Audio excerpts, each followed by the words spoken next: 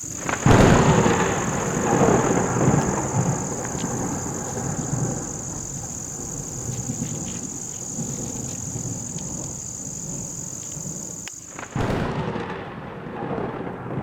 since we had multiple thunderstorms and lightning and rain for the last couple weeks, this is what happens to your garden.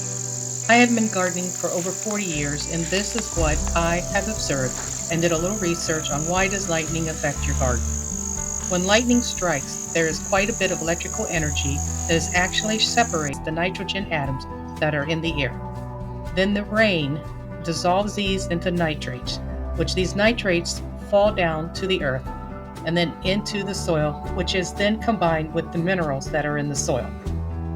This then helps your plants grow. Lightning also helps fertilize the soil, which is considered as a super fertilizer. Mother Nature will help you, but you still need to help your garden by adding other things. Mother Nature gives you such things as leaves, grass clippings, and natural manure from your animals. Hey guys, take care and always welcome Mother Nature storms.